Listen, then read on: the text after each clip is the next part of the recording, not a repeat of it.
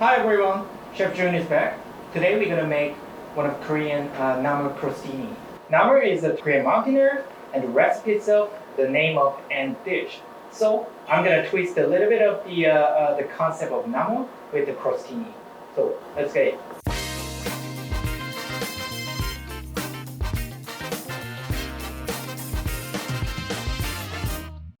Okay, first thing, we are making roasted garlic puree. So first things first, make sure you have a sheet of aluminum foil and there's a whole bunch of peeled garlic, but unpeeled garlic is pretty okay. And drizzle a little bit of olive oil and make sure you make a really nice pouch so that doesn't have any hole to release any kind of a steam.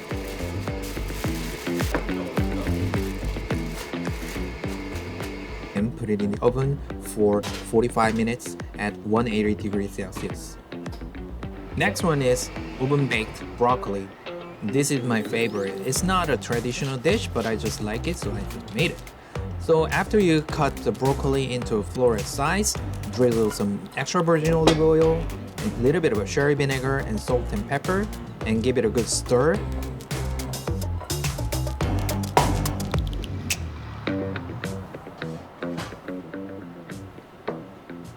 And put it in the very high heat oven. I just set my oven to 230 degrees Celsius for up to 5 or 10 minutes until broccoli is super crispy.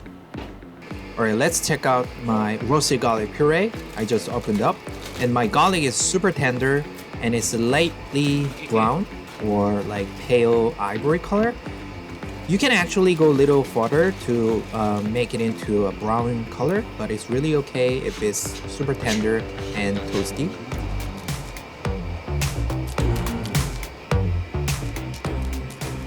Make sure you pass it through a sieve, chinois, or tamis until it's puree. Okay, as you can see, my broccoli is super crispy and toasty, super yummy. Now I'm blanching my spinach.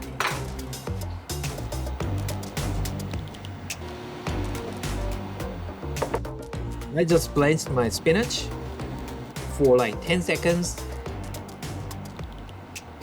and put it in cold water to stop cooking and then let it drain. And after it's cooled down, you make sure give it a good squeeze to release all the water inside. You got to make sure give it a really hard handshake until you don't see any drip of water.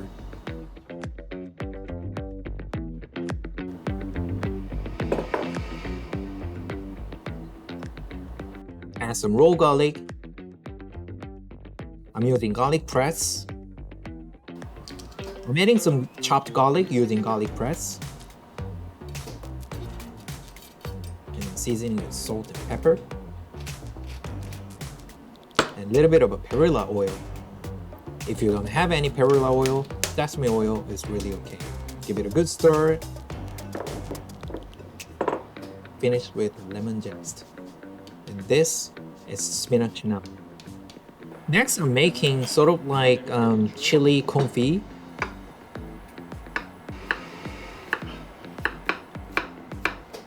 I just add a big chunk of garlic to the olive oil and adding garlic chili. This is also known as a shishito pepper. I just cut it into 3 pieces.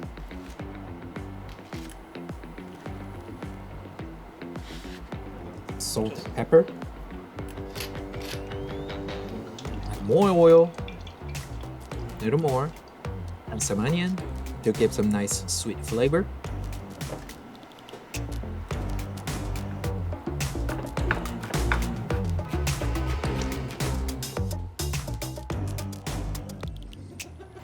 And some cherry tomato. Cherry tomato is not a common ingredient for Korean dish, but this time I'm just adding it because it tastes so good.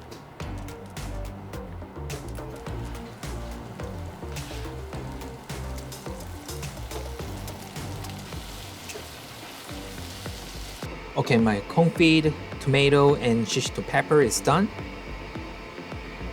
So I'm adding a little bit of a Korean flavor, which is perilla leaf. And just give it a good stir. And residue heat of the confit will cook off all the perilla leaves. Okay, this is the next one. I'm cutting my zucchini.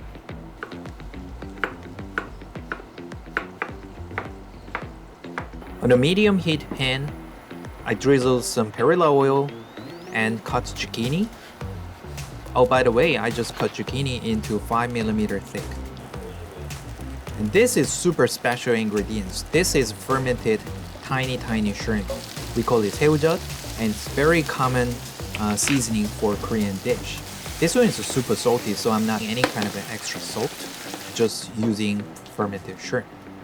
Once zucchini is cooked, put it in the bowl and make sure it's covered with plastic wrap so it holds all the heat inside. Okay, there's a tons of way of enjoying this namul, but this time I'm making crostini using simple baguettes.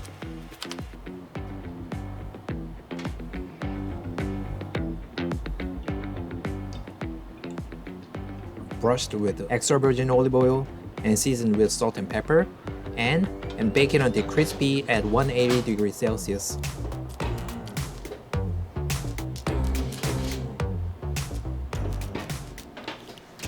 Okay, it's plating time. So you can start plating your Namul Crostini. You can just put each namul on each piece of bread.